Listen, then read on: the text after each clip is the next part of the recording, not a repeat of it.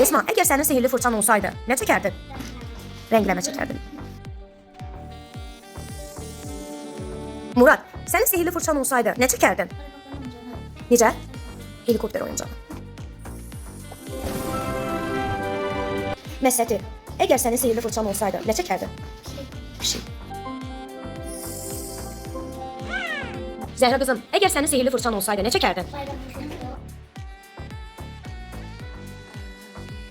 Rəsul, əgər sənin sihirli fırçan olsaydı, nə çəkərdin? Maşın. Miray, sənin sihirli fırçan olsaydı, nə çəkərdin?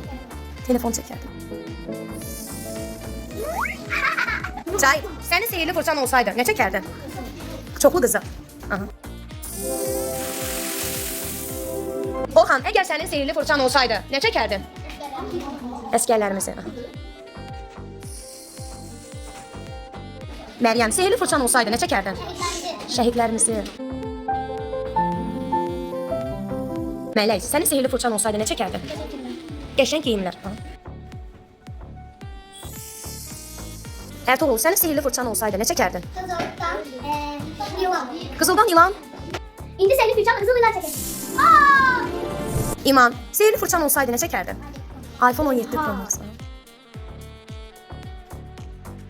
Sihirli fırçan olsaydı, nə çəkərdin?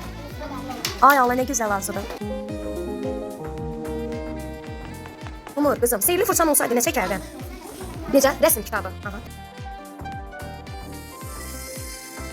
Emrə, sənin sihirli fırçan olsaydı, nə çəkərdin? Necə? Vətənimizi. Zəhra, sənin sihirli fırçan olsaydı, nə çəkərdin? Dünyalar.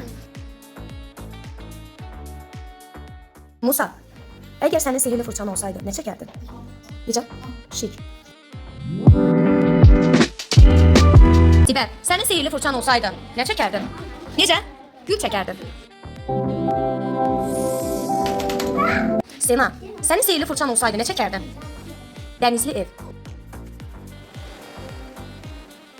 Cəmilə, sihirli fırçan olsaydı, nə çəkərdin? Aha, inşallah. Fəridə, sənin sihirli fırçan olsaydı, nə çəkərdin?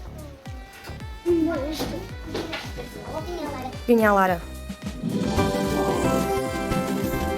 Əgər sənin sihirli fırçan olsaydı, nə çəkərdin? Ev.